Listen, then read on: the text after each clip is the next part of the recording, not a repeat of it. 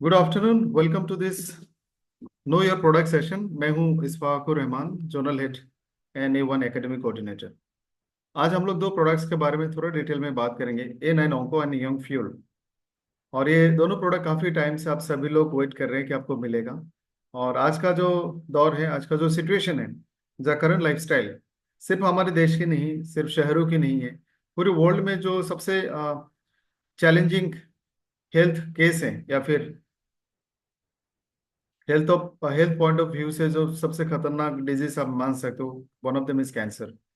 दूसरा है, लोग उम्र के साथ साथ जल्दी बूढ़े होने लगे हैं और लोग अपनी एजिंग को रिवर्स करने के लिए या फिर फिट एंड फाइन रहने के लिए, यंग रहने के लिए बहुत कुछ कर रहे हैं। बट एक फुल प्रूवन सॉल्यूशन अभी तक किसी को नहीं मिला। तो will start with onco.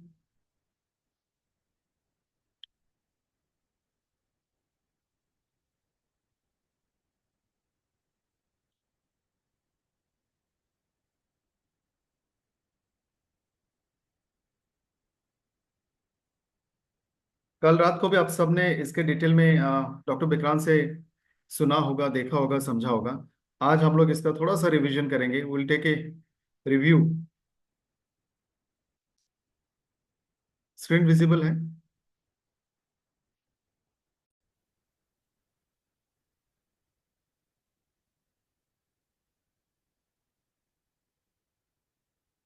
Great. दोस्तों, कैंसर मेरे ख्याल से वो बीमारी का नाम है जिसको सुनते ही सबको डर लगने लगता है। अभी थोड़ा सा केसेस ज्यादा होने के कारण बहुत सारे लोग कैंसर के शिकार हो रहे हैं, तो हमारे लिए थोड़ा सा नॉर्मल है। तो हम अभी आज के टाइम पे अगर आपको सुनाई देता है कि उसको कैंसर है, उसको कैंसर है, हम इस बात को बहुत ज्यादा सीरियसली नहीं लेते, क्योंकि so many cancer patient in the world. लेकिन जिस घर में कभी होती है, जिसको कभी होती है कैंसर, जिसने अपने नजदीक में किसी को कैंसर होते हुए देखा है, इज वेरी पेनफुल। और अगर आप देखो तो इसका जो अभी तक का जो मेडिसिन सिस्टम है, जो treatment system, is very expensive. Radiation very expensive also, very painful also. और आप इसका फैसिलिटीज आपको नजदीक में ना भी मिले, स्पेशलिस्ट हॉस्पिटल में मिलते हैं। कोई भी थेरापी आप करते हो, चाहे सर्जरी हो, रेडिएशन हो, कीमो हो, ये बहुत मुश्किल होता है और the chances of survival very less. एक नॉर्मल बॉडी का जो काम करने का तरीका है, जो नॉर्मल प्रोसेस से बॉडी हेल्दी रह सकता है, cancer is just opposite to that. मान लो हमारे शरीर में 1 करोड़ सेल है जो हमें अच्छा रखने की कोशिश करता है। उसमें से कुछ बूढ़े होते हैं, कुछ कमजोर होते हैं, कुछ मर जाते हैं, बट दोबारा से पैदा होगा, आगे बढ़ेगा। ऐसे में अगर उसमें 1-2% में ऐसे सेल्स आ जाए जो आसपास के चीजों को नुकसान करेगा, और वो आगे जाके अपने जैसा ही सेल बनाएगा, तो ये जो खतरनाक एक परिवर्तन बॉडी में होता है, इसको बॉडी अपने आप रिपेयर नहीं कर सकता। This is most disastrous. अब बाकी बीमारियों में देखो, इन्फेक्शन में देखो, बॉडी अपने आप को रिकवर भी कर लेता है, हीलिंग भी करता है। लेकिन कैंसर जब बढ़ना शुरू होता है, बॉडी उसमें कुछ नहीं कर सकती, इट जस्ट डिटोरिएट्स। ये सबसे चैलेंजिंग है फॉर द ह्यूमन बॉडी। और आज के टाइम में कैंसर पैदा करने वाले फैक्टर्स बहुत ज्यादा हैं। तो आज हम लोग कैंसर के बारे में सीखेंगे, और एक शानदार सा प्रोडक्ट जो हमने आप सबके लिए लॉन्च किए हैं, कल आपको मिलेगा आरबीसी गोवा में। A9 onco. ओंको का मतलब कैंसर होता है, ओंकोलॉजी का मतलब the branch of science, the branch of medical science which deals with cancer. इसमें बहुत सारे ऐसे चीजें डाले हैं जो प्रूवन हैं, और एंटी कैंसर बेनिफिट्स उसको अब मेडिकल साइंस में लिया जा रहा है। कोई भी मेडिसिन सिस्टम हो, इन इंग्रेडिएंट्स का anti cancer benefits, anti cancer properties से लोगों को हीलिंग किया जा रहा है। कैंसर के बारे में थोड़ा सा जानते हैं।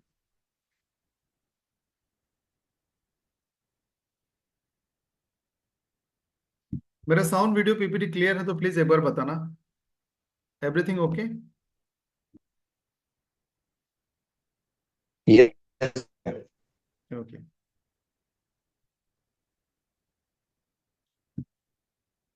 कैंसर के बारे में थोड़ा सा समझेंगे तो आपके लिए आसानी होगा। कैंसर कुछ सेल्स होते हैं, जैसे हमारे बॉडी में नॉर्मल सेल हैं, स्किन के सेल्स हैं, नर्व के सेल्स हैं, ब्लड की सेल्स हैं, किडनी में एक अलग तरह का सेल होते हैं, लिवर में अलग तरह का सेल होते हैं। तो पूरे शरीर में बहुत सारे अलग अलग तरह का सेल्स होते हैं जो अच्छे हैं, हेल्दी हैं। और इन सेल का एक सीमाएं होती है जिंदा रहने का, इतने दिन तक वो जिंदा रहेगा, और उससे पहले वो अपने जैसा सैकड़ों सेल बना के चला जाएगा। उस सेल के अंदर में इंफॉर्मेशन है, और ये इंफॉर्मेशन से वो सेल अपने आप को डुप्लीकेट करता है, कॉपी पेस्ट आप कह सकते हो, जेरोक्स, अपने जैसा क्लोन्स बनाते हैं। वो सेल दिखने में बिल्कुल उनके जैसा ही है, उनके जैसा ही काम करेगा। इसके अलावा हमारे शरीर में बहुत सारे दूसरे सेल्स पाए जाते हैं, माइक्रो ऑर्गेनिजम्स के हो सकते हैं जो हमें बीमार कर भी सकते हैं, नहीं भी कर सकते, बैक्टीरियाज होती हैं उसमें, अनवांटेड और वांटेड पैथोजेंस होते हैं, जैसे अच्छे बैक्टीरिया बुरे बैक्टीरिया दोनों होता है, फंगस, एल्गी, वायरस, प्रोटोजोआ, सब कुछ हो सकता है। उसके अलावा हमारे शरीर में ऐसे भी कुछ सेल्स होते हैं जो जिनका नंबर हमेशा कंट्रोल में रहती है। अगर आप हेल्दी हैं, नॉर्मल हैं, अपने खाना पीना सब कुछ सही तरह से किया, तो ये सेल्स आपके बॉडी में अंडर कंट्रोल रहेगा। और ये बहुत ही खतरनाक सेल है, जब तक ये अंडर कंट्रोल में है ये आपका कुछ नहीं बिगाड़ सकता। लेकिन जब इनकी नंबर्स बढ़ जाती हैं तो ये खतरनाक सिचुएशन पैदा करती है। तो एक तरह का सेल हमारे बॉडी में रहते ही है। बहुत बार ऐसा भी होता है कि कुछ सेल्स का जो बनावट है, जो उसका स्ट्रक्चर है, जो उसका फंक्शन है, जो उसका सोच विचार है सेल का, और वो सारा कुछ डिपेंड करता है उसको डीएनए में कौन सा इंस्ट्रक्शन है, इसको बड़ा होकर कैसा करना है, किस तरह का एक्टिविटीज करे। जब वो डीएनए में छेड़छाड़ होती है तो उस सेल के प्रॉपर्टीज भी बदल जाते हैं, उसके चाल चलन, उसके काम काज सब बदल जाते हैं। तो इन्हीं को ही कैंसर सेल कहते हैं। तो कुछ सेल्स हमारे बॉडी में होते हैं, और कुछ सेल बहुत सारे कारणों से फॉर्म होते हैं, और एक कैंसर सेल डिवाइड होके अपने जैसा कैंसर सेल्स ही बनाएंगे। इसको और आसान तरीके से ऐसे समझ सकते हैं कि अगर हमने बॉडी में से टॉक्सिन्स को बाहर नहीं जाने दिया, तो इन टॉक्सिन्स के प्रभाव से सेल्स के डीएनए में चेंजेस होंगे, और एक नॉर्मल सेल भी कैंसर सेल जैसा बन सकता है। या फिर आप कह सकते हो इन टॉक्सिन की वजह से शरीर में कैंसर सेल की संख्या बढ़ जाएगी।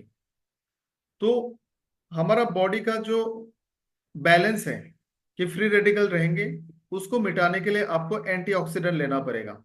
ये बैलेंस जब बिगड़ जाती है तो कैंसर सेल्स बन सकते हैं। और इस तरह का सिर्फ एक ही बैलेंस नहीं है, बहुत सारा बैलेंस है। आपका वजन सही होना चाहिए, स्ट्रेस लेवल कम कम से कम होना चाहिए, आपके न्यूट्रिशन भी बॉडी के लिए बैलेंस होना चाहिए। तो बहुत सारे ऐसे फैक्टर्स हैं। और सबसे डरावनी बात यह है कि हर रोज हमें कुछ ना कुछ ऐसा पता चलता है कि इससे भी कैंसर हो सकती है। आप में से काफी सारे लोग स्मोक्ड चीजें खाती होंगी, यानी धुएं से उसको सुखाया गया या फिर धुएं से उसको कुक किया गया, फ्राई किया गया, ड्राई किया गया। जैसे नॉर्थ ईस्ट में स्मोक फिश होते हैं, स्मोक मीट होते हैं, पता चला ये भी कार्सिनोजेनिक है। अभी दुनिया में इतने सारे बदलाव हुए, हमने प्लास्टिक का इतना ज्यादा इस्तेमाल किया कि पता चला माइक्रो प्लास्टिक वो हमारे खाने की माध्यम से हमारे बॉडी में आ रही है, वो भी कैंसरस है। तो दुनिया में ऐसे बहुत सारे फैक्टर्स हैं जो कैंसर को पैदा कर सकते हैं। कैंसर को बेसिकली आप दो तीन कैटेगरी में डिवाइड कर सकते हैं। जैसे अगर हम लोग आम भाषा के लैंग्वेज में जाने की कोशिश करें, एक सॉलिड कैंसर होता है, एक लिक्विड कैंसर होता है। सॉलिड कैंसर का मतलब जो आपके सॉलिड ऑर्गन में होंगे, मसल में, स्किन में, लंग्स, लिवर में, किडनीज में, ब्रेन में, जो सेल्स और टिश्यूज में होते हैं। एक लिक्विड कैंसर जो ब्लड में और लिम्फ में होता है। तो कार्सिनोमा सॉलिड कैंसर्स में आता है, बाकी ऑर्गन के नाम से भी आप कैंसर जानते हो। लिक्विड कैंसर में ब्लड कैंसर, ल्यूकेमिया, लिम्फोमा। सो ये समझने के लिए वेरी सिंपल। और कैंसर जब एक जगह में, मान लो किसी एक पर्टिकुलर जगह में कैंसर वाले सेल की तादाद बढ़ रही है, तो अगर वो उसी जगह में रह जाती है, उसी एरिया में आसपास में रह जाती है, तो आप उसको स्टेज 1 कहते हो। वो बढ़ते बढ़ते एक जगह से, एक ऑर्गन के एक हिस्से से एक ऑर्गन के दूसरे हिस्से या फिर पूरे हिस्से में फैल जाती है। इस तरह से वो आगे बढ़ती है, स्टेज 1, स्टेज 2। और अगर कैंसर के एक सेल दूसरे सेल में बदल जाता है, जैसे किसी सॉलिड ऑर्गन में हुआ था, वहां से जाके लिक्विड कैंसर में भी बदल गया, तो इसको हम लोग एडवांस या मेटास्टेसिस कहते हैं। पहला स्टेज, दूसरा स्टेज, तीसरा स्टेज तक कैंसर का इलाज में एफिकेसी है, यानी आप कह सकते हो कि सुधार है, लेकिन हम वो गारंटी के साथ नहीं बोल सकते। और बहुत बार फोर्थ स्टेज में भी देखा गया है कि इलाज एफिशिएंट है, लेकिन इस बात का चांस कम है कि वो दोबारा नहीं आएगा। In most of the cases, चाहे कोई भी स्टेज में हो, देखा गया है कि कैंसर की सेल्स दोबारा से बनते दिखता गया है। अगर बॉडी के किसी एक पर्टिकुलर ऑर्गन में कैंसर सेल है, इसका मतलब ये है बॉडी के किसी भी हिस्से में वो कैंसर सेल दोबारा से बन सकते हैं। It was not limited to a particular organ. तो कुछ ऐसे बेसिक रीजन हैं, फैक्टर्स हैं जो कैंसर की आ, होने की चांसेस को बढ़ाती है। उम्र के साथ, एजिंग, जैसे जैसे हम बूढ़े होने लगते हैं, हम बड़े होते हैं, हमारी उम्र बढ़ती है, तो बॉडी के जो हेल्दी सेल्स हैं उनकी हेल्थ की स्टेटस कमजोर होती है, वो उतना मजबूत नहीं रहते। नंबर ऑफ हेल्दी सेल्स कम हो जाती है, बॉडी के दूसरे सारे फंक्शंस कमजोर होते हैं, एंटीऑक्सीडेंट एक्टिविटी कम होती है, बॉडी का जो एक हेल्दी बिहेवियर है वो भी कमजोर होते हैं। तो age is a dangerous sign cancer होने के लिए। अल्कोहल और टोबैको, शराब, तंबाकू, किसी भी तरह का टोबैको फॉर्म हाईली कैंसरस है। आप देखोगे जितने लोगों को ऑरल कैंसर, मुंह की कैंसर हो, या फिर लंग्स की कैंसर हो, या फिर विंड पाइप की कैंसर हो, ज्यादातर लोग is connected with alcohol consumption और निकोटिन, टोबैको कंजम्पशन, सॉरी। तो कैंसर कुछ फूड से डायरेक्टली कनेक्टेड है।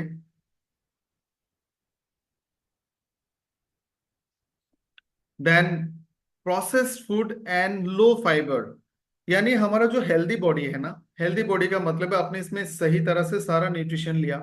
उसमें जो फ्रूट्स एंड वेजिटेबल्स है, that should be mostly boiled और अनकुक्ड, क्योंकि फ्रूट्स को ऊपर वाले ने ऐसे बना के भेजा, आप उसको कच्चा खा सकते हैं और उसमें highest amount of food value आपको मिलेंगे। इसलिए फ्रूट्स को हम कुक नहीं करते हैं, क्योंकि हमें जल्दी चाहिए और हमेशा चाहिए। You don't have time to cook, process and then consume. तो उसी तरह से बहुत सारे वेजिटेबल्स हैं ऐसे, क्योंकि माइक्रो न्यूट्रिएंट्स हैं, इससे हमें जो भी न्यूट्रिशन चाहिए वो थोड़ा थोड़ा मात्रा में चाहिए। तो बहुत सारे वेजिटेबल्स भी ऐसे हैं जो आपको रॉ खा सकते हैं, बॉयल खा सकते हैं। उसको जब हम ज्यादा प्रोसेस करते हैं, कुकिंग करते हैं, उसमें फूड वैल्यूज तो कम हो ही जाते हैं, लेकिन उसमें साथ साथ कुछ हार्मफुल चीजें भी बनने लगती हैं। फॉर एग्जाम्पल, हम सबको शायद दुकान का फ्राइड चीजें खाना पसंद है। कोई तेल है, उन्होंने उसमें समोसा वगैरह फ्राई करके आपको दिया है, वो बहुत टेस्टी होता है। समोसा इज नॉट अनहेल्दी, लेकिन वो जो तेल है, एक बार बॉयल होने के बाद, एक बार हीट होने के बाद, पूरा बर्न होने के बाद दोबारा से हम उसमें खाना बनाते हैं, that oil is very dangerous. तो जो प्रोसेस फूड है, उस पूरा प्रोसेसिंग की प्रोसेस में ऐसे हार्मफुल चीजें बनती हैं जो कैंसर बना सकते। जैसे मैंने आपके साथ एग्जांपल शेयर किया, स्मोक्ड फिश, चाहे आप उसको घर में क्यों ना करो, smoked fish and smoked meat are not healthy, इससे कैंसर फॉर्म हो सकती है। लैक ऑफ फिजिकल एक्टिविटी, जैसे मैं रिपीट दैट अगेन, बॉडी का एक बैलेंस है। बैलेंस ये है कि हमने एनर्जी लिया, हमने खाना खाया, हमें एनर्जी मिली, और शरीर कुछ भी ना करे तभी सम एनर्जी वो खर्च करेगा रेस्टिंग मेटाबॉलिज्म के लिए। उसके बाद जब हम काम करते हैं, उससे मेटाबॉलिज्म बढ़ती है, एनर्जी एक्सपेंडिचर बढ़ती है, और उस एक्टिविटी से ब्रेन को, लंग्स, लिवर, किडनी, जितनी भी ऑर्गन है, जितनी भी हमारे सिस्टम है, वो सारे सिस्टम आप ये कह सकते हो कि एक्टिवेट होता है। अगर बॉडी को ये समझ में आएगा कोई ऑर्गन काम नहीं कर रहा है, तो बॉडी उस हिसाब से अपना रिस्पॉन्स प्रिपेयर करेगा। जैसे देखा गया है, जो लोग बेड रिडन जो पेशेंट्स होते हैं, उनके बॉडी के सारे फंक्शंस नॉर्मल इंसान के फंक्शंस से बहुत अलग दिखता है। जो ब्रेन डेड पेशेंट्स होते हैं, जिनका ब्रेन नहीं काम कर रहा है, उनके बॉडी के फंक्शंस अलग होते हैं। तो बॉडी का एक नॉर्मल रिस्पॉन्ड करने का और बॉडी का एक नॉर्मल बैलेंस होता है। आपने एनर्जी लिया, आपने फिजिकल एक्टिविटी किया, ये बैलेंस अगर बिगड़ जाएगा तो जाहिर हम सबको पता है फैट डिपॉजिट होगा, और बॉडी के अच्छे फंक्शंस कम हो जाएंगे। बॉडी अपने आप को फिट एंड फाइन रखने का जो एक नेचुरल फिनोमिनन है वो कम हो जाएगा, जिसके कारण हम वो चीजें बनना शुरू हो जाएंगे। Environmental and occupational exposure, pollutions, अगर आप ऐसे फैक्ट्री में काम करते हैं जहाँ पे हार्मफुल केमिकल्स होते हैं, वो भी कैंसरस है। सीमेंट इंडस्ट्रीज, सीमेंट फैक्ट्रीज, या फिर इस तरह के हार्मफुल केमिकल, बहुत सारे लोग जो रेडियो डायग्नोसिस में काम करते हैं, जैसे ultrasonography, x ray, nuclear radiation therapy हो, इससे रिलेटेड जो लोग काम करते हैं उनको भी आप देखोगे, कैंसर जो एक्सरे करने वाला बंदा होता है वो एक शील्ड के पीछे से एक्सरे निकालता है। That radiation is highly cancerous. तो काम की वजह से भी कैंसर होने का चांसेस होता है। जेनेटिक्स एंड फैमिली हिस्ट्री, आजकल कैंसर का जो लिंक वो जेनेटिक्स के साथ पाया गया है। क्रोमोसोम में अगर गड़बड़ होगा, डीएनए में अगर चेंजेस होंगे, you can carry cancer causing factors. उसी तरह से फैमिली हिस्ट्री अगर होगा, बहुत सारे इन्फेक्शन से, बहुत सारे बीमारियों का आ, कारण से भी कैंसर हो सकता है। जैसे फॉर एग्जांपल बहुत ज्यादा एसिडिटी होना, सीवियर गैस्ट्राइटिस होना, उससे आपको इंटेस्टिनल या फिर स्टोमक अल्सर हो सकता है। Untreated stomach ulcer can cause stomach cancer. उसी तरह से कॉन्स्टिपेशन से pile and long term untreated pile से भी देखा गया है there is a link between cancer. उसके अलावा HPV virus, hepatitis B and C, HIV AIDS, इस तरह के इन्फेक्शियस कॉजेज से भी कैंसर होने का चांसेस होता है। Ultraviolet radiation, inflammation, infection, exposure to carcinogens. Carcinogen का मतलब है जिन चीजों से कैंसर हो सकती है उनको कार्सिनोजन कहते हैं। कैंसर को आपने देखा होगा बहुत सारे अलग अलग नाम है। प्लास्टिक, आप देखोगे नियोप्लाज्म, नियोप्लास्टी, या फिर कैंसर, या फिर अलग अलग नाम, लिकोमिया, कार्सिनोमा, लिम्फोमा इत्यादि, इस तरह का जो नाम होते हैं। तो कार्सिनोजन का मतलब है, और कार्सिनोमा का मतलब कैंसर। कार्सिनोजन का मतलब है वो चीजें जो कैंसर कर सकती हैं। अगर ब्रॉडली हम कैटेगराइज करें, ब्रॉडली कि किस तरह का चीजें हमें कैंसर कर सकती है, तो सबसे कॉमन चीज जो हम सारे लोग एक्सपोज्ड हैं वो है plastic. One of the most common चीज जो कैंसर कर सकती है, क्योंकि प्लास्टिक हमारे हॉर्मोन्स में भी बदलाव ला सकते हैं। प्लास्टिक बॉटल में अगर आप गर्म खाना लेके खाओगे तो हार्मोनल चेंजेस आ सकती हैं। माइक्रोप्लास्टिक डीएनए को चेंजेस कर सकते हैं, क्रोमोसोम लेवल पे उसका इफेक्ट रहता है। Even this is seen in animals as well. उसके अलावा न्यूक्लियर रेडिएशन, देन बाहर का कोई भी खाना, प्रोसेस्ड फूड, अल्कोहल, निकोटिन, और बहुत सारे एडल्ट्रेटेड फूड जो कलर, प्रिजर्वेटिव, फार्मफुल, सिंथेटिक चीजों का इस्तेमाल होता है एग्रीकल्चर में, उससे भी ब्लड कैंसर होने का चांसेस होता है। Stress is also linked. Stress से बॉडी के अच्छे हॉर्मोन्स बनना कम होते हैं, और बॉडी एक तरह का दूसरे डिफेंसिव मोड, जैसे आपके गाड़ी में, you will understand this better, आपके गाड़ी में ना ड्राइविंग मोड्स होते हैं। आप शहर में होगे तो सिटी मोड, आई थिंक इस तरह का मोड्स होते हैं। आप पहाड़ में होते हो तो हिल मोड ऐसा कुछ होता है, स्पोर्ट्स मोड होता है। तो हमारा बॉडी दुनिया का सबसे ज्यादा सोफिस्टिकेटेड एडवांस साइंटिफिक डिवाइस है। ये हर ऑटोमेटिक काम कर सकता है। Everything it can do it its own. आप 7 दिन भी बिना खाए जिंदा रह सकते हो। पानी को भी आप कम से कम यूज करके 3-4 दिन में यू कैन सर्वाइव। ये दुनिया का ऐसा ऑटोमेटिक मशीन है जो किसी भी हाल के लिए प्रोग्राम किया गया है। It can survive anywhere. आप देखो सुनीता विलियम्स इतने महीने से स्पेस में है। There are people in north pole and south pole जहाँ पे 6-6 महीना रात ही होती रहती है, फिर दिन दिन ही होते रहता है। यहाँ ऐसे जगहों में भी लोग सरवाइव करते हैं जहाँ पे टेम्परेचर आर बिलो फ्रीजिंग है, बिलो बिलो बिलो जीरो है। ये बॉडी ना बहुत ऑटोमेटिक है और उस हिसाब से अपने आप को प्रोग्राम कर लेता है। स्ट्रेस एक ऐसा सिचुएशन है जहाँ पे बॉडी अपने आप को प्रोग्राम कर लेता है, एंड दैट इज डिजास्टरस। आपके हार्मोन लेवल बिगड़ जाते हैं, आपके अच्छे न्यूरोट्रांसमीटर्स बंद हो जाते हैं, बंद तो नहीं बोलूंगा, कम हो जाते हैं। स्ट्रेस एक ऐसा हालत है ब्रेन के लिए जहां पे ब्रेन को ऐसा लगता है कि सर्वाइवल चांसेस आर लेस, और brain can not handle that. आप ऐसा मानो कि ब्रेन स्ट्रेस के लिए तैयार नहीं है। स्ट्रेस में लोग सर्वाइव नहीं कर सकते। We are not program for stress. हाँ, थोड़ा बहुत स्ट्रेस हमेशा होगा बट नॉट लॉन्ग टाइम। तो स्ट्रेस से बॉडी को हर तरह का नुकसान हो सकता है, and it also helps the cancer cell to form या फिर मल्टीप्लाई। आगे बढ़ते हैं। कैंसर को समझने के लिए एक और आसान सा तरीका मैं आपको समझा देता हूँ। अ, हमारे बॉडी के अंदर में जो कुछ भी है सारे जगह पर आपको सेल्स दिखेंगे। हर जगह में सेल्स हैं। ये लेफ्ट साइड में जो आपको फोटो दिख रहा है ना, मान लो ये एक सेल है, एक तरह का सेल है, मान लो ये आरबीसी जैसा है एक्चुअली, लेकिन that is red in colour. तो सेल के अंदर में जैसा आपको यहाँ पे, नॉट एग्जैक्टली लेकिन सिमिलर स्ट्रक्चर है, जो ब्लू कलर का आपको एक सर्कल दिख रहा है ना, लाइट ब्लू कलर का, मान लो न्यूक्लियस है, सेल का न्यूक्लियस, सेल का हेड सेंटर। उस न्यूक्लियस में क्रोमोसोम होता है। तो जब एक सेल से दो सेल बनेगा,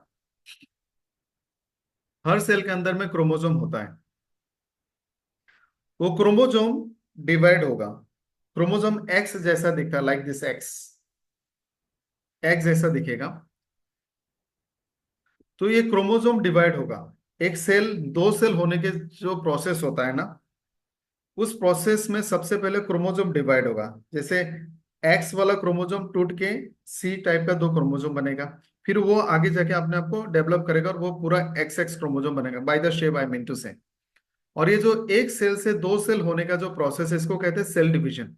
और इस प्रोसेस में बहुत सारे स्टेप्स होते हैं, और बॉडी के जो सेल्स होते हैं, सोमेटिक सेल, इस तरह का अलग अलग सेल का अलग अलग सेल डिवीजन प्रोसेस होते हैं। ये एक बहुत ही सोफिस्टिकेटेड, हाईली एडवांस, आप केमिकल प्रोसेस कह सकते हैं। इसमें बहुत सारे एंजाइम्स का रोल है, और इसमें हर एक छोटा छोटा चेंजेस भी सेल डिवीजन में इन्फ्लुएंस करता है। एक सेल से दूसरा सेल बनने का जो प्रोसेस है, ये प्रोसेस अगर 100% कॉपी पेस्ट हुआ, तब तो सब कुछ सही है। इसमें अगर 1% भी कॉपी पेस्ट में एरर रहा, 1%, दैट इज डेंजरस। और वो उस 1% एरर का चांस आजकल ज्यादा हो गया है। सेल डिवीजन में एरर्स होने लगे हैं। जैसे आप देखोगे यहाँ में टेलोमेर लिखा है, ये एक सेल डिवीजन का प्रोसेस है। उसमें मान लो क्रोमोसोम का जो एंडिंग होता है, वो थोड़ा छोटा हो जाता है। वो छोटा होने के कारण बहुत खतरनाक इम्पैक्ट आ सकता है जो सेल बनेगा उसके ऊपर में। तो डीएनए डैमेज हो रही है। जितने भी फैक्टर्स आपने पहले वाले स्लाइड में देखा, वो सारे रीजन है डीएनए को डैमेज करने के लिए। सेल डिवीजन के प्रोसेस में एरर्स हो रहे हैं। कहीं ना कहीं इसका रीजन पे environmental factor, food, lifestyle, stress, anxiety, drugs, alcohol, nicotine, सब कुछ है। एपिजेनेटिक चेंजेस, सेल के ऊपर में ना प्रोटीन्स होते हैं, या फिर आप इसको ऐसा कह सकते हो, आ, आपने बहुत सारे ट्रेनिंग में हमने आपसे ये कहा कि जब भी आपके बॉडी में कोई इन्फेक्शन वाला माइक्रोब्स घुस आता है, मान लो कोई बैक्टीरिया घुस आया, तो उस बैक्टीरिया को कैसे पहचानता है हमारा बॉडी? उस बैक्टीरिया के ऊपर में बहुत सारे अलग अलग प्रोटीन के स्ट्रक्चर होते हैं। तो बॉडी उस प्रोटीन को आइडेंटिफाई करके पता लगाता है कि इस तरह का ऑर्गेनिज्म है, और इसको मारने के लिए इस तरह का हथियार चाहिए। अब हमारे जितने भी डीएनए हैं, वो भी एक दूसरे से कम्युनिकेशन इन प्रोटीन के बेसिस पे करता है। डीएनए का एक खुद का आइडेंटिटी होता है। क्रोमोसोम के 46 क्रोमोसोम्स होते हैं। क्रोमोसोम का हर एक लेवल पे इंफॉर्मेशन का डीएनए का कोड या सीक्वेंस होता है। हर चीज का एक पहचान होता है। हर डीएनए का जो एक सीक्वेंस है, हर इंफॉर्मेशन का एक प्रोटीन वाला पहचान होता है। अब ये प्रोटीन वाला जो पहचान होता है, ये बहुत सारे कारण से बदल सकती है।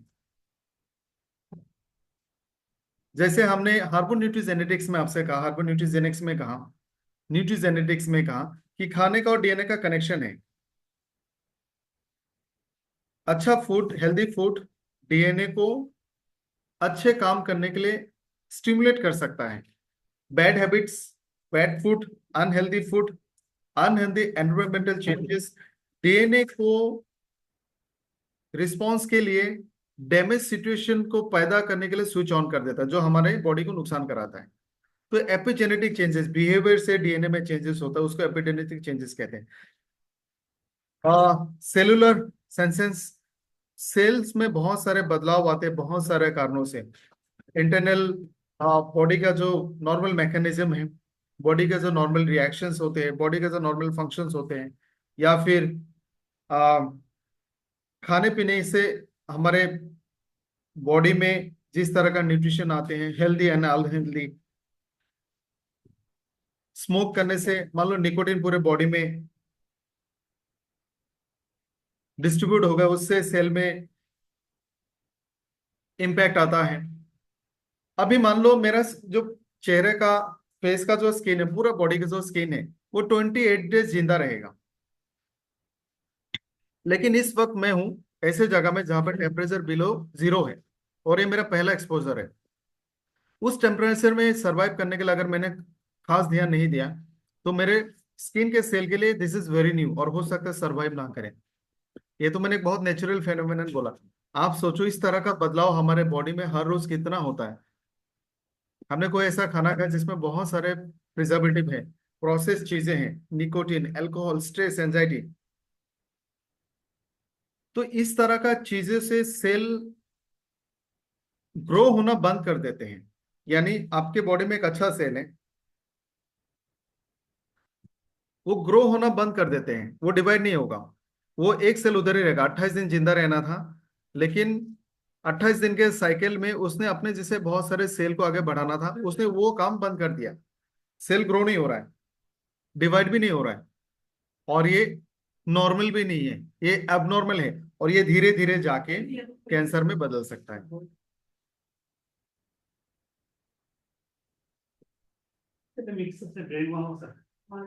ये जो प्रोडक्ट अपने सामने स्क्रीन में है,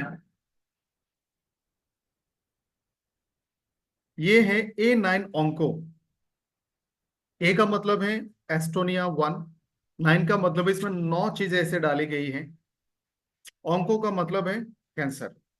यानी इसमें ऐसे 9 इंग्रेडिएंट्स हैं जो हाईली एंटी कैंसर है। हाईली, यानी इनके एंटी कैंसर बिहेवियर बहुत है। अब दुनिया में आपको बहुत सारे एंटी कैंसर प्रॉपर्टीज वाले चीजें मिलेंगे। चाय भी एंटी कैंसर है, हेल्दी स्लीप भी एंटी कैंसर है, फास्टिंग भी एंटी एंटी कैंसर है। तो फूड में बहुत सारे एंटी कैंसर प्रॉपर्टीज वाले फूड हमारे आसपास में बहुत है। लेकिन डिपेंड करता है कि क्या वो वाइडली एक्सेप्टेड है, हर इंसान के बॉडी में सिमिलर काम करता है, कौन कौन से स्टेज में काम करते हैं, या फिर हम उसको ट्रीटमेंट के लिए यूज कर सकते हैं क्या। सो ये जो 9 इंग्रेडिएंट्स हमने यहाँ पे यूज किया ना, they are highly anti cancer. इसमें आप देखोगे G complex, A O complex, complex natural. Optimal cellular activity का मतलब होता है एक सेल जब नॉर्मल चलता है, एक सेल अपने फंक्शन से कमजोर हो गया, वो बूढ़ा हो गया, वो मर जाएगा। एक सेल नॉर्मल से फास्ट और अलग बिहेवियर कर रहा है, तो कम बिहेव करना, ज्यादा बिहेव करना, दोनों ही एबनॉर्मल है। जो सही है उसको बोलते हैं ऑप्टिमम। जैसे मान लो हमारा थायराइड की हॉर्मोन है, नॉर्मल थायराइड अगर है तो ठीक है, अगर कम है उसको हाइपो कहते हैं, ज्यादा है तो हाइपर। नॉर्मल और जो सही है उसको कहते हैं ऑप्टिमम। हमारे सेल आज के टाइम पे दोनों तरह के सिचुएशन को झेल रही है, या फिर कमजोर है, बूढ़े हो जाते हैं, मर जाते हैं, या फिर वो कैंसरस सेल में कन्वर्ट होने वाले हैं, हाइपर एक्टिव है। तो ये ऑप्टिमल सेलुलर एक्टिविटी को सपोर्ट करता है। इम्यूनोमोडुलेटरी, अगर किसी का इम्यून सिस्टम बहुत ज्यादा रिस्पॉन्सिव है, जैसे allergy is a hyper immuno response, आपका बॉडी बहुत ज्यादा रिएक्ट कर रहा है। ऑटो इम्यून डिसऑर्डर, इसमें इम्यून सिस्टम का रेस्पॉन्स ज्यादा हो रहा है। अगर इम्यून सिस्टम का रेस्पॉन्स कम है, तो जो चीजों से सबको एलर्जी होती है उससे आपको एलर्जी भी नहीं होगा, लेकिन उससे आपको नुकसान हो सकता है। तो दोनों ही खतरनाक है। इम्यून सिस्टम का रेस्पॉन्स अगर ज्यादा हो जाए देन ऑल्सो हार्मफुल, अगर कम हो जाए वो भी हार्मफुल। तो इम्यूनो मॉड्यूलेटरी का मतलब है अगर आपका हाइपर इम्यूनो रिस्पॉन्सेज है उसको नॉर्मल तक लेके आएगा, अगर बहुत लो इम्यून रिस्पॉन्स है उसको ऊपर तक लेके जाएगा, ऑप्टिमम। और ये एंटी एक्टिव एंटीऑक्सीडेंट कॉम्प्लेक्स है, और antioxidant and anti cancer are related. तो इसको डिटेल में जानते हैं। आप देखोगे इसमें 3 ऐसे चीजें डाली गई हैं जिसको आप जी जी जी कॉम्प्लेक्स कहते हैं, गैनोडर्मा, ग्रेप्सिड, ग्रीन टी। ये तीनों चीज हाईली एंटी कैंसर है। ग्रीन टी, नॉर्मल चाय भी, चाय में मौजूद कैफीन, थेबाइन, इसमें से बहुत सारे इंग्रेडिएंट्स हैं जिसके एंटी कैंसर प्रॉपर्टीज बहुत हैं। आप देखोगे जो लोग चाइनीज ट्रेडिशनल मेडिसिन सिस्टम में देखा गया है, या फिर बहुत सारे डॉक्यूमेंट्री ऐसे बने हैं जहाँ पे लोग बहुत घरेलू प्रोसेस में चाय बना के पीते हैं, जहाँ पे चाय होती है, उनके किडनीज बहुत अच्छे रहते हैं, उनके ब्रेन हेल्थ बहुत अच्छा रहता है, और उनके बॉडी में कैंसर सेल्स भी कम होते हैं, उनको कैंसरस सिचुएशन का सामना नहीं करना पड़ता। सो गैनोडर्मा एक तरह का मशरूम है जो बहुत ही beneficial and highly anti cancer properties, और सालों से इसका इस्तेमाल हो रहा है, सालों से, hundreds of years. Grapeseed and green tea. तो ये जी जी जी कॉम्प्लेक्स है, एंटी ट्यूमर एक्टिविटी है। बॉडी में ट्यूमर बन सकता है, हर किसी के बॉडी में छोटे मोटे हजारों ट्यूमर्स होते हैं, हजारों कैंसर सेल्स होते हैं, लेकिन हमारा बॉडी उसको हैंडल कर लेता है। तो ये नॉर्मल पैटर्न है। हेल्दी बॉडी को आप कमजोर कर दोगे तो ट्यूमर्स एंड कैंसर सेल बढ़ते जाएंगे। तो एंटी ट्यूमर प्रॉपर्टीज आज के टाइम में हमें ज्यादा चाहिए, क्योंकि हम अनहेल्दी लिविंग में हैं। हर ट्यूमर कैंसर नहीं होता, जो ट्यूमर कैंसर हो सकते हैं उसको मैलिग्नेंसी मैलिग्नेंट कहते हैं, जो नहीं करते उसको बिनाइन कहते हैं। तो ट्यूमर का मतलब नहीं है कि वो कैंसर में ही बदलेगा, लेकिन यू नेवर नो, आज तक वो बिनाइन है, कुछ महीनों बाद वो मैलिग्नेंट भी हो सकता है। तो ट्यूमर को कंट्रोल करेगा एंटी ट्यूमर एक्टिविटीज हैं।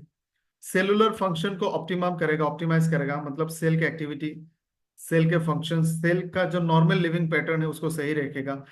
एक सेल से आगे वाले सेल नॉर्मल और सही बनेगा। कार्डियोवास्कुलर हेल्थ, हार्ट हेल्थ को भी अच्छा रखेगा। दूसरा जो कॉम्प्लेक्स हमने इसमें डाला है, एक्टिव एंटीऑक्सीडेंट, आप देख सकते हैं इसमें कुर्क्यूमिन सी थ्री है, या नॉर्मल ओनली नॉट कुर्क्यूमिन, इसमें तीन तरह का कुर्क्यूमिन है, लाइकोपिन, बायोपेरिन। आप इसको एक्टिव एंटीऑक्सीडेंट कॉम्प्लेक्स भी कह सकते हो, और ये नेचुरल है। बॉडी में दो हार्मफुल चीजों का उत्पादन हमेशा होता है, फ्री नाइट्रोजन फ्री ऑक्सीजन, और ये फ्री नाइट्रोजन फ्री ऑक्सीजन को हम लोग फ्री ऑक्सीजन को हम लोग फ्री रेडिकल्स कहते हैं। और ये बॉडी को नुकसान कर सकते हैं, कभी भी कर सकती है। और इनको बॉडी से बाहर निकालने के लिए हमें एंटीऑक्सीडेंट चाहिए, इसको न्यूट्रलाइज करेगा और बॉडी से बाहर निकालेगा। और वो एंटीऑक्सीडेंट हमारे बॉडी में कम मिलते हैं, तो this is the right combination of active antioxidant complex. Free radicals को न्यूट्रलाइज करेगा, बाहर निकालेगा, फ्री रेडिकल्स के हार्मफुल इफेक्ट को कम करेगा, और न्यूट्रिशन की एब्जॉर्प्शन को बढ़ाएगा। ये एक सीरियस कंसर्न है आज के टाइम पे। बहुत सारे लोग हेल्दी फूड लेते हैं, लेकिन उनके बॉडी में ये न्यूट्रिशन एब्जॉर्ब नहीं होती है। तीसरा कैटेगरी जो हमने इसमें डाले हैं, एंटी इन्फ्लेमेटरी, इम्यून सिस्टम को एडवांस करने के लिए, बेसिल, जिंजर, मैंगोस्टीन। मैंगोस्टीन को एक सुपर फूड माना जाता है, इसके बहुत सारे हेल्थ बेनिफिट्स हैं। डाइजेशन, डाइजेशन से न्यूट्रिशन के एब्जॉर्प्शन, न्यूट्रिशन के एब्जॉर्प्शन से मतलब है इसमें जो कुछ भी होगा आपको एंटी ट्यूमर बेनिफिट्स मिलेंगे, सेलुलर फंक्शन इनहेंस होगा, कार्डियोवास्कुलर हेल्थ अच्छा होगा, यानी इंप्रूव डाइजेशन से न्यूट्रिशन एब्जॉर्प्शन होगा और आपको A9 के सारे बेनिफिट्स मिलेंगे। इम्यून सिस्टम को बेहतर करेगा, अगर आपका इम्यून सिस्टम बहुत स्ट्रांग होगा तो वो खुद कैंसर सेल को मारेगा। हमारे जो व्हाइट ब्लड सेल्स होते हैं, फेगोसाइट्स होते हैं, वो कैंसर सेल्स को मार सकते हैं, लेकिन ये भी धीरे धीरे कमजोर हो रहे हैं।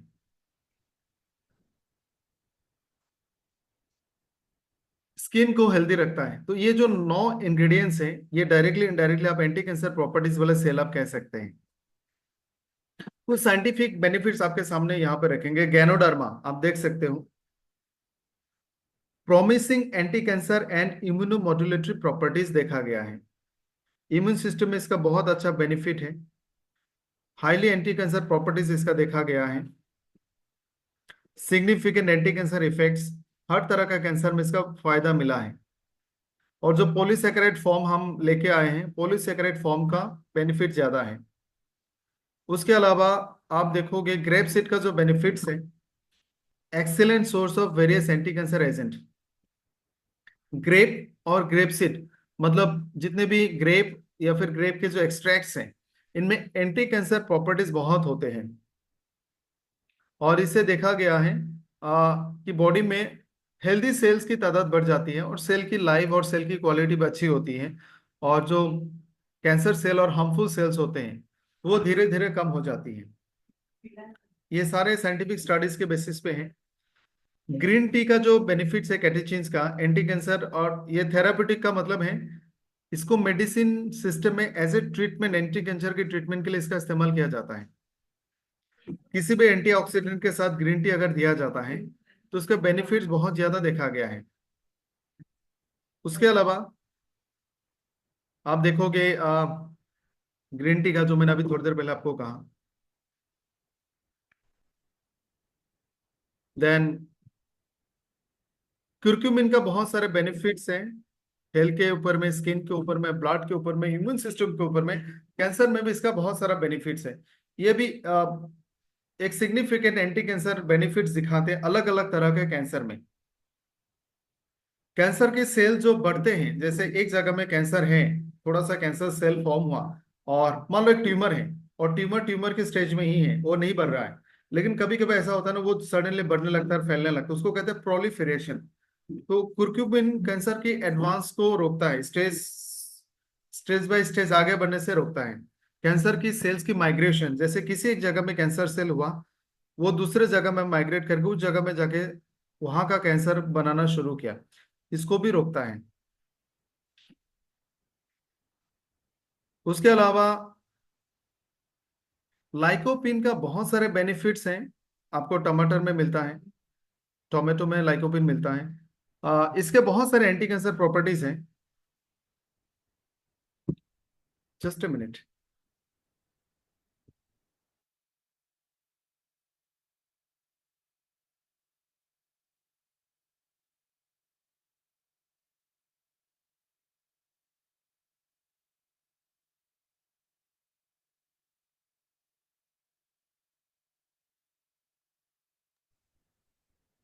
Sorry for the interruption.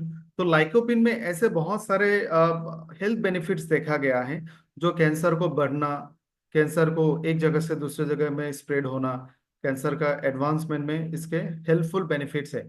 इसका एक्सपेरिमेंट हुआ था चूहे पे, माउस पे। तो देखा गया है एंटी कैंसर बेनिफिट बहुत मिला है। बहुत सारे ट्यूमर को कैंसर होने से भी प्रिवेंट किया जा सकता है।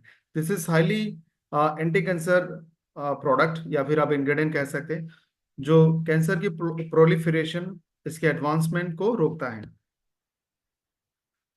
सो इतने सारे एंटी कैंसर प्रॉपर्टीज वाले एक शानदार प्रोडक्ट A9 ऑन्को, मैं कुछ फैक्ट्स आपके साथ शेयर करना चाहता हूँ। 2016 की स्टडी के हिसाब से, I think it was in 16 और 17, उस वक्त की बात है, हर साल 50,000 बच्चों को कैंसर होता था, जो 3 से 5 साल के रेंज में है।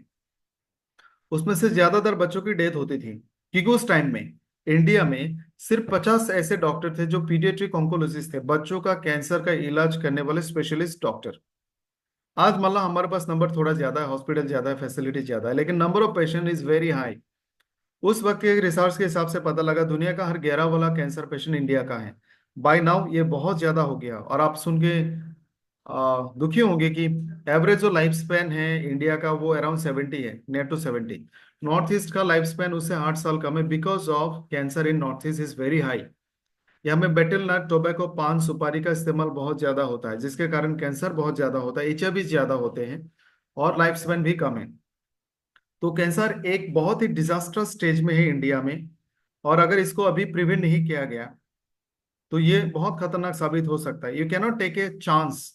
कैंसर अगर हो गया, it's a matter of 15-20 lakhs, फिर भी लोग सरवाइव नहीं करते। तो ये जो प्रोडक्ट है, या तो जिसको कैंसर हो चुका आप उसको दें, या फिर जिसका लाइफस्टाइल अच्छा नहीं है, मतलब उसका लाइफस्टाइल नॉर्मल से हटके, शहर के सारे लोग ले सकते हैं, स्मोक करने वाले लोग ले सकते हैं, ओबिस लोग ले सकते हैं, जिनका वजन ज्यादा है ले सकते हैं, जिनके घर में कैंसरस पेशेंट हैं, जिनके पेरेंट्स में किसी को हो चुका था वो ले सकते हैं, जो रोजाना बाहर खाना खाते हैं वो भी ले, जो स्ट्रेस में रहता है वो भी ले, जिनके बॉडी में ट्यूमर्स वगैरह हो रहा है, जिनके ब्लड सेल की काउंट्स कम ज्यादा होते हैं, WBC ज्यादा रहते हैं। तो ये सारे प्रिवेंटिव मोड पे आप ले सकते हैं, या फिर अगर किसी को हो चुका है, आप उसको ये प्रोडक्ट जरूर दें। से ये मेरे हिसाब से इसे गिफ्ट टू द मैनकाइंड, एक बहुत अच्छा जरिया है कि जो वक्त आने वाला है, गवर्नमेंट ने कहा, WHO ने कहा, हर घर में कैंसर पेशेंट होने वाला है बाई 2026। कुछ एक और प्रोडक्ट के बारे में बात करेंगे।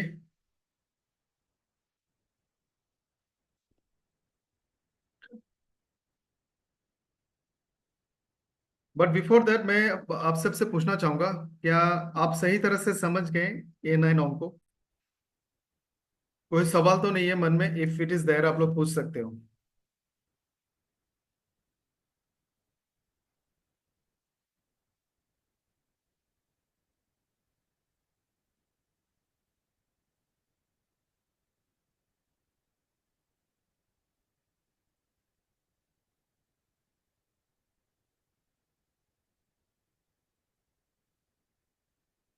ओके, गोइंग अहेड, एक दूसरा प्रोडक्ट हम लोग डिस्कस करने वाले हैं।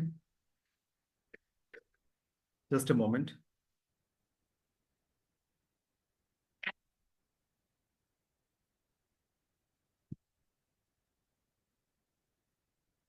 एक ऐसे ही सवाल मेरे मन में है जो मैं आप सबसे पूछना चाहूंगा। आप इसको साइंस के साथ कनेक्ट मत करो, प्रोडक्ट के साथ कनेक्ट मत करो, don't connect it to anyone. एक सीधा सा बहुत मामूली सा सवाल है। कोई भी इंसान को अगर हम पूछे क्या आप लंबा जीना चाहते हैं, लंबा का मतलब है आप लंबे टाइम तक जीना चाहते हैं या नहीं चाहते, जवाब क्या होगा लोगों का? क्या कोई मना करेगा? मेरे ख्याल से हर कोई बोलेगा लंबा जीना चाहता हूँ। और एक्चुअली में हमारी लाइफ ना बहुत शॉर्ट हो गई है। 100 साल थे 30 साल पहले, अभी 70 में आ गए। आने वाले 20-30 सालों में शायद ये 10-15 साल और कम हो जाएंगे। और आप देखोगे लाइफ की भाग दौड़, एक अच्छा मोमेंट जीने का टाइम ही नहीं है। लोग सोचते चलो सब कुछ कर लेते हैं, घर परिवार संभाल लेते हैं, नौकरी कर लेते हैं, बच्चों का एस्टेब्लिश कर लेते हैं, रिटायरमेंट के बाद जिएंगे, लेकिन तब तक हमें बहुत सारी बीमारियां हो जाती है। So actually there is a need of quality life. Retirement के पास मेरे हिसाब से लोगों के पास हेल्दी 20 साल होना चाहिए कि आप अपने लाइफ को एंजॉय करो। लेकिन वो वक्त हमारे पास नहीं है आज के टाइम पे, नहीं है। That time is missing. पहले होते थे। मैंने मेरे दादाजी के उम्र के लोगों को, मेरे नाना जी के उम्र को लोगों को देखा है रिटायरमेंट के बाद दोस्तों के साथ मार्केट में इधर उधर बैठ के बातें करते, घूमते हैं, पार्टी शार्टी जाते हैं। वो लाइफ खत्म हो चुकी है। आज के दौर में ये लाइफ है ही नहीं। आप पूरी जिंदगी मेहनत किया, सबको सेटल किया, आपने सोचा लास्ट का 10-15 साल एंजॉय करूंगा and spend the time in hospital. This ये बहुत सैड साइड है ह्यूमन लाइफ के लिए। और इसीलिए बहुत सारे लोगों ने रिसर्च किया, सो मेनी पीपल। और एक इफेक्टिव रिस्पॉन्स हमें मिला डॉक्टर डेविड सिंक्लेयर का। तो एजिंग के बारे में हम लोग थोड़ा सा बात करेंगे, और I will take very short time for this. कल, एजिंग एक ऐसा ऐसा प्रोसेस है जिससे बॉडी धीरे धीरे बूढ़ा होता है, कमजोर होता है, अपने आप को रिपेयर करने की क्षमता खो देता है, बीमारियों होने का चांसेस बढ़ जाती हैं, बॉडी फंक्शंस, बॉडी ऑर्गन्स बहुत ज्यादा कमजोर होते हैं और धीरे धीरे डैमेज होने लगती हैं। इसको अगर आप कनेक्शन करो कि किन चीजों से हो रहा है, केमिकली या फिर बॉडी बीमारी होने का जो मैकेनिज्म होता है, यानी एक बीमारी का जो साइन होता है, जैसे आपको वायरल फीवर हो गया, इसका लक्षण क्या है? आपको बुखार होगा, सर्दी खांसी होगी, दिस इज सिम्टम। तो बीमारियों का एक मेडिकल एक्सप्लेनेशन भी होता है। बीमार होने पे ना उसको मेडिकली बॉडी का जो चेंजेस हैं उसको डिफाइन किया जाता है, उसको कहते हैं पैथोफिजियोलॉजी। यानी अंदर में एक्चुअली क्या होता है जिसके कारण बीमार हो गया। तो एजिंग का जो पैथोफिजियोलॉजी है, फ्री रेडिकल्स का ज्यादा होना, एंटीऑक्सीडेंट का कम होना, इन्फ्लेमेशन होना, जेनेटिक डैमेज होना, बेसिकली ये तीन चीजें ही होती हैं। और आज के टाइम पे साइंस ने पता लगाया कि ये जो तीनों चीजें हैं, या फिर ओवरऑल अगर आप एजिंग की बात करो, आप आज के टाइम पे ना एजिंग को नॉर्मल फेनोमेनन ना कह के आप एजिंग को एक सिम्टम या फिर एक बीमारी कह सकते हो। Ageing is a sign, symptom और ए डिजीज। इसको क्योर किया जा सकता है, डिले किया जा सकता है, और कुछ हद तक प्रिवेंट भी किया जा सकता है। So this is a good news. Ageing का जो साइंटिफिक एक्सप्लेनेशन है, आप देखोगे, आपके आपके सामने तीन फोटो हैं। ग्लाइकेशन, आप ग्लाइसेशन ग्लाइकेशन दोनों कह सकते हो, ग्लाइसेमिक इंडेक्स के साथ रिलेटेड है। इन्फ्लेमेजिंग और ऑक्सीडेटिव स्ट्रेस। आप इसको ना बहुत आसान तरीके से समझें। हमारे बॉडी को शुगर चाहिए कुछ हद तक। शुगर का मतलब ग्लूकोज। हम कोई भी खाना खाते हैं उससे ग्लूकोज बनती है और उसको हम लोग कंज्यूम करते हैं, उसको हम लोग खाते हैं। ये ग्लूकोज जब हमने ज्यादा ले लिया, यानी आपको जितना चाहिए था उससे ज्यादा आपके बॉडी में मात्रा बढ़ गया, जितना ग्लूकोज आपको चाहिए उससे ज्यादा आपके बॉडी में चला गया। तो ये एक्सेस ग्लूकोज, ये कैंसर सेल के लिए, माइक्रो ऑर्गेनिज्म के लिए, हार्मफुल चीजें, हार्मफुल ऑर्गेनिज्म जो आपके बॉडी में है उसके लिए बहुत बड़ी दावत है। इसे इन्विटेशन फॉर देम, इसे फीस्ट फॉर देम, और वो उस पर जिंदा रहता है। तो ग्लूकोज ज्यादा होना यानी आप कैंसर सेल को, माइक्रोब्स को दावत पे बुला रहे हैं। इसके अलावा जो एक्सेस ग्लूकोज है, कुछ प्रोटीन के साथ बाइंड होके ना oxidative stress, free radical activity को बढ़ा देती हैं। दूसरा, इन्फ्लोमेजिंग। जैसे हमारे बॉडी में इन्फ्लेमेशन होती रहता है ना, जो लोग हमेशा दर्द में रहते हैं वो आपको दिखेगा बूढ़ा हो गया, हमेशा पेन में रहते हैं, काफी टाइम से बीमार है, इन्फ्लेमेशन। तो अगर लॉन्ग टाइम बॉडी के अंदर इन्फ्लेमेशन रहता है, आप जल्दी एजिंग में चले जाते हैं। ऑक्सीडेटिव स्ट्रेस, फ्री रेडिकल ज्यादा होने से बॉडी के सेल डैमेजेस होती है, ऑर्गन कमजोर होते हैं, डैमेजिंग मोड पे चले जाते हैं, हेयर्स ग्रे होते हैं, स्किन में रिंकल्स आते हैं, आई साइट कमजोर होते हैं, ऑर्गन कमजोर होते हैं, एंड स्लोली स्लोली कैंसर भी फॉर्म हो सकता है और आप जल्दी बूढ़े हो जाते हैं। This is the process step by step. अभी आपको पता कैसे चलेगा, आप किस हिसाब से पता कर सकते हैं कि एजिंग हो रही कि नहीं हो रहा है? एक स्टडी, जीनोमिक इंस्टेबिलिटी, यानी हम ये कह रहे हैं कि अगर कोई बूढ़ा हो रहा है तो अंदर में क्या चेंजेस हो रहा है। आपके डीएनए अनस्टेबल हो गए, जिस हिसाब से नॉर्मल उसको होना चाहिए था वो उस तरह से नहीं है। डीएनए को किसी चीज ने प्रभावित कर दिया, bad lifestyle, stress, anxiety, alcohol, nicotine, obesity, carcinogenic foods, etcetera, various factors. ये जो टेलोमेयर है, जैसे मान लो क्रोमोसोम डिवाइड होकर दो क्रोमोसोम बनेगा, उस प्रोसेस में कुछ एरर रह जाना, एग्जैक्ट कॉपी पेस्ट नहीं हुआ, 100% कॉपी पेस्ट ना हुआ, थोड़ा सा एरर रह गया। एपिजेनेटिक ऑल्टरेशन, जैसे मैंने कहा, डीएनए और बिहेवियर में, खाने में कनेक्शन है।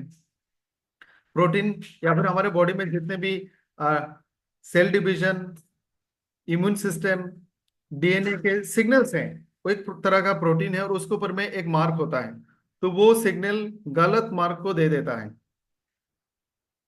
हमारे सेल डिवीजन के हर एक स्टेप में अगर कुछ भी नुकसान हो गया, सही तरह से सेल डिवीजन नहीं हुआ, कोई प्रोटीन बनाना था, बॉडी को सही तरह से बना नहीं पाया, तो उसमें खतरनाक चीजें बनती हैं।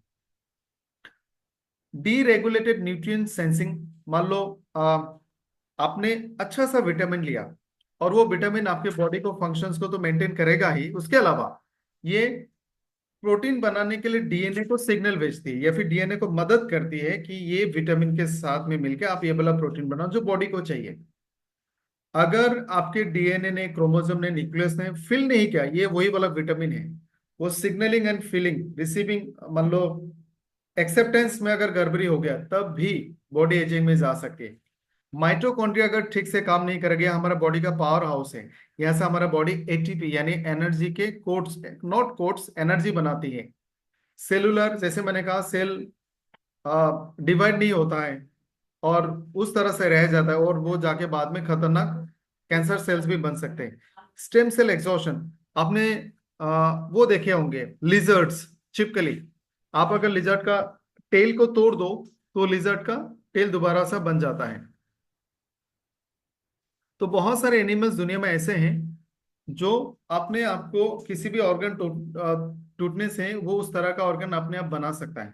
इंसानों में स्टेम सेल होते हैं, जो मदर का प्लेसेंटा होता है वो स्टेम सेल है। एक और छिप के लिए मैं नाम भूल गया, पानी में रहता है,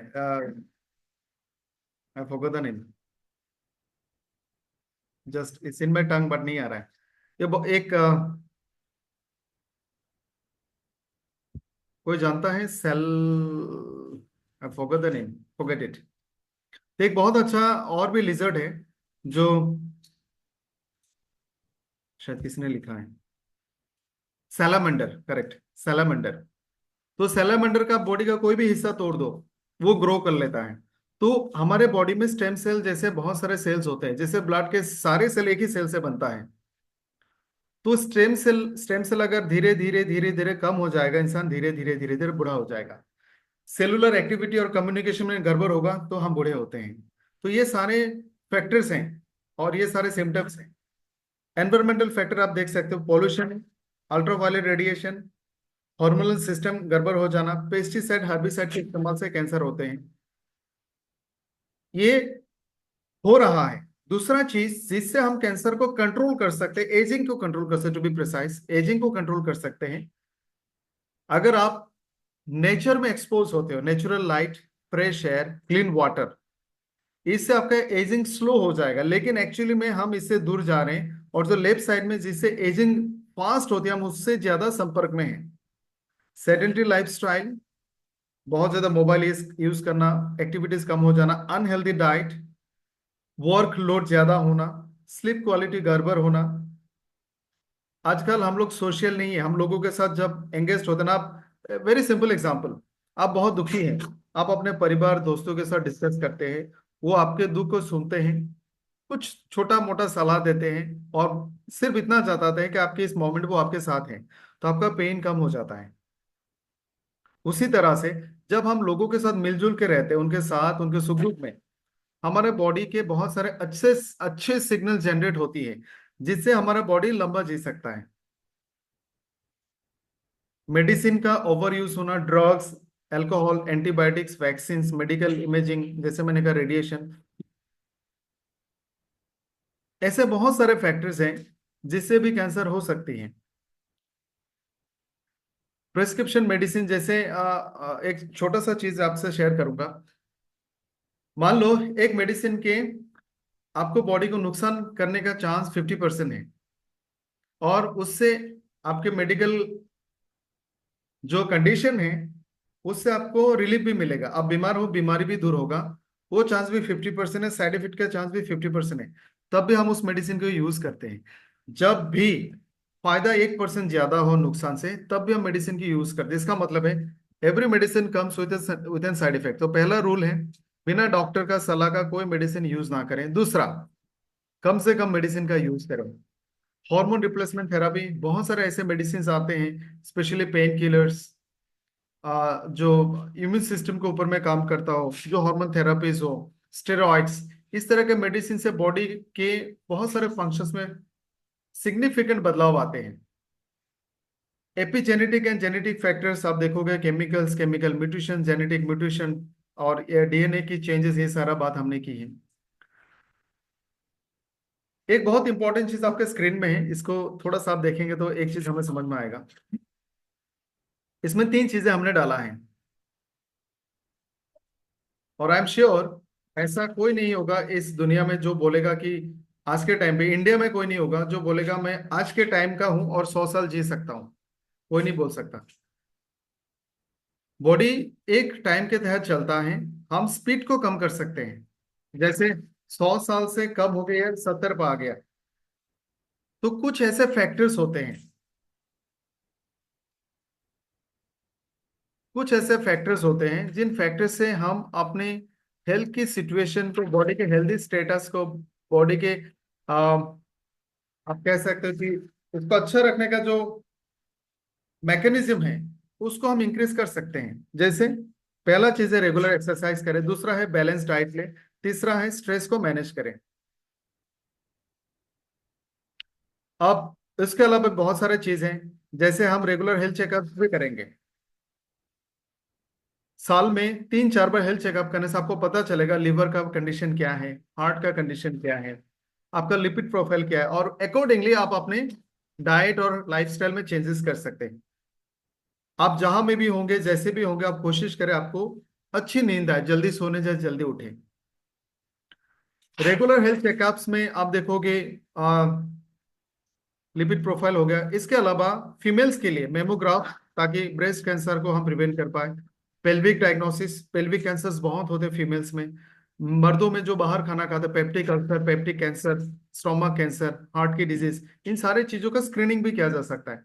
टाइमली हम बच्चों को जैसे वैक्सीन देते हैं वो हमेशा टाइमली मेंटेन करें। इससे इंसान की इन्फेक्शन की खतरा, बॉडी की जो न्यूट्रिशन का बैलेंस है उसका बने रहना, हार्मफुल चीजों का बनने का जो खतरा है वो कम हो जाते हैं। तो ये बेसिक जो हैबिट्स हम इसको डेवलप कर सकते हैं। देन एक प्रोडक्ट जो आपको कल मिलने वाला है, एक शानदार प्रोडक्ट जिसका इंतजार शायद सबको बहुत टाइम से था, यंग फ्यूल, जिसमें आप देखोगे, पहले आप राइट साइड के हेडिंग्स का देखो, energy, metabolism, anti inflammatory, telomere health, cellular health, skin health and anti ageing. Energy and metabolism का मतलब है आपका जो बॉडी जो मशीन है, खाना खाया, इस मशीन ने उसको एनर्जी में कन्वर्ट किया, और वो एनर्जी आपने यूज किया, ये मेटाबॉलिज्म प्रोसेस है। और इसके लिए बॉडी एनर्जी खर्च करके आपको एनर्जी बना के देगी, तो बॉडी की एनर्जी बनाने का जो कैपेसिटी वो बढ़ जाती है। मेटाबॉलिज्म का मतलब है बॉडी के सारे organs lungs, liver, kidney, digestion सब कुछ सही रहेगा। तो ये कौन करता है? Coenzyme Q ten acetylcysteine vitamin B complex. Anti inflammatory, omega fatty acid, turmeric, ginger. Telomere health, telomere health का सीधा सा मतलब है आप डीएनए को नुकसान नहीं होने दे रहे हैं, सेल डिवीजन बिना एरर का होगा। उसमें vitamin D, omega fatty acid, antioxidant ये सब आता है। सेलुलर हेल्थ, सेल में फ्री रेडिकल्स का इंपैक्ट कम से कम होगा। एंटीऑक्सीडेंट से होने वाले नुकसान को आप कम कर रहे हो। स्किन हेल्थ, क्योंकि यंग रहना है तो उसको साइंस भी देखना चाहिए on the skin, hair and nail. उसके लिए हमने vitamin C, E and carotenoids और तीन ऐसे इंग्रेडिएंट्स जो डायरेक्टली एंटी एजिंग हैं, यानी डीएनए में वो सिग्नल स्टार्ट करेंगे जिससे बॉडी अपने आप को बूढ़ा होने से रोक लेगा, बोला अभी टाइम नहीं आया। NMN, omega fatty acid and antioxidant. मेरे ख्याल से जो लोग शहर में रहते हैं इस प्रोडक्ट को 30 से स्टार्ट करें, जो लोग गांव में रहते हैं वो 35-40 से स्टार्ट करें। लेकिन अगर आप में किसी ना किसी कारण एजिंग की इम्पैक्ट दिख रहा है, आप जल्दी भी स्टार्ट कर सकते हैं। तो ये शानदार प्रोडक्ट को जितने भी लोग कल गोवा आरबीसी में हैं, आप सबको बधाई। You will witness the launching of this two products, young fuel and A9 onco. इसमें एनएमएन एनएडी प्लस है, एंटीऑक्सीडेंट ब्लेंड है, omega fatty acids, amino acid, active herbal blend है, एविडेंस बेस्ड इंग्रेडिएंट्स है, पेटेंटेड इंग्रेडिएंट्स है। उसके अलावा आप देखोगे ये सारे एड ऑन इंग्रेडिएंट्स हमने डाला है। Omegas for brain and heart, ALA, CLA, EPA, DHA। Antioxidant support के लिए trans resveratrol, L glutathione, coenzyme Q ten, green tea, selenium. DNA repair और सेलुलर फंक्शन के लिए nicotinamide mononucleotide and nicotinamide adenine dinucleotide, trimethyl glycine, calcium alpha ketoglutarate. Vitality के लिए कोर्डिसेप्स, बायोपेरिन, zinc, vitamin B3 और anti inflammatory activities के लिए कुर्कुमिन और टेरोस्टिल्बिन हमने डाला है। तो एक शानदार प्रोडक्ट है एंड दिस इज प्रोवन। ये ऑलरेडी साबित हो चुका है। डॉक्टर डेविड सिंकलर, जिन्होंने खुद पे ट्राई किया, वो 40 के एज में 60 जैसा दिखता था और आज 60 के एज में 35 जैसा दिखता है।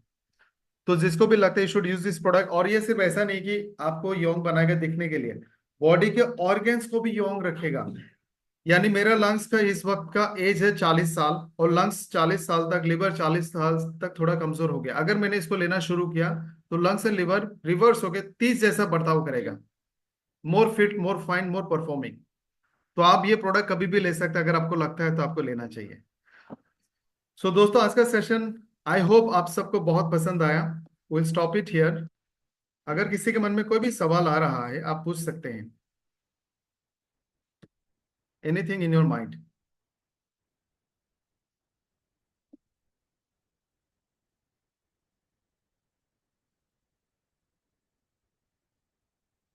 दोस्तों मैं एक छोटा सा इस out of the box health की पॉइंट ऑफ व्यू से मैं आपसे कुछ शेयर करना चाहता हूँ। मैंने बहुत सारे कैंसर पेशेंट को ना नजदीक से देखा है, और आज के टाइम पे ऐसा भी हो गया होगा। हमारे मेरे प्रीवियस ऑर्गेनाइजेशन के एक बहुत ही प्रोफेशनल डिस्ट्रीब्यूटर था, जिसकी कजिन सिस्टर को सडनली थोड़ा सा कॉम्प्लेन आना शुरू हुआ। डॉक्टर को दिखाया, मेडिसिन लिया, काम नहीं हुआ, फिर डॉक्टर के पास गया। 2 4 5 6 महीने ऐसा चला चला चला, सडनली डॉक्टर ने कहा 2 4 टेस्ट कर लो, पता चला कैंसर कैंसर है, थर्ड स्टेज में है और फोर्थ स्टेज में है। और लोगों को भनक भी नहीं लगी है कैंसर भी था। It happens. आज के टाइम में एब्सोल्युटली अनप्रिडिक्टेबल, आप बोल ही नहीं सकते किसको होगा, कब होगा। अगर आपके बॉडी के अंदर में है भी, तभी यू नेवर नो कि इसमें है, किसी के बॉडी में कैंसर सेल्स ऑलरेडी है, कैंसरस एक्टिविटी हो रही है। और हम आजकल ऐसे माहौल में रहते हैं, अगर आप गांव में रहते तो ये रिस्क थोड़ा सा कम है, लेकिन वहां में भी एडल्ट्रेटेड फूड है which is a major cause of cancer. आजकल अगर आप शहर में रहते हो, आप मान सकते हो कि कैंसर बनाने का बहुत सारे फैक्टर्स के बीच में आप रहते हैं। You should take some precaution, you should take some anti cancer properties. 2000 सवाल है, मैं जवाब देना चाहूंगा। दोनों प्रोडक्ट कोई भी ले सकता है, इसका कोई नुकसान या फिर साइड इफेक्ट नहीं है। बिल्कुल साइड इफेक्ट और नुकसान नहीं है। You can consume this product. तो दोस्तों, ये दो प्रोडक्ट आप बहुत अच्छे से सीखे। अगले कुछ दिनों तक हम रेगुलर इन प्रोडक्ट्स का ट्रेनिंग शेयर करेंगे, और आज का वीडियो भी मैं आप सबके साथ शेयर करूंगा। आप अपने टीम के साथ शेयर करें कि ये दोनों प्रोडक्ट आज के टाइम में हम सब भारतीयों को चाहिए। ये प्रोडक्ट ऑफ एक्सट्रीम अर्जेंसी जो हर इंसान तक पहुंचना चाहिए। तो thank you so much and wish you luck with this two products. और सारे लोग जो आरबीसी गोवा में पहुंचने वाले हैं, आपको बधाई हो। और सारे लोग जो दिल्ली एम के लिए प्रिपेयर कर रहे हैं, प्रतीक जी के साथ संपर्क करें। ये नेक्स्ट संडे को हम लोग करने वाले हैं। So wish you all the best. Let's meet there. और एक दो बहुत शानदार प्रोग्राम हम करने वाले। With that we end this session. Thank you so much and good day.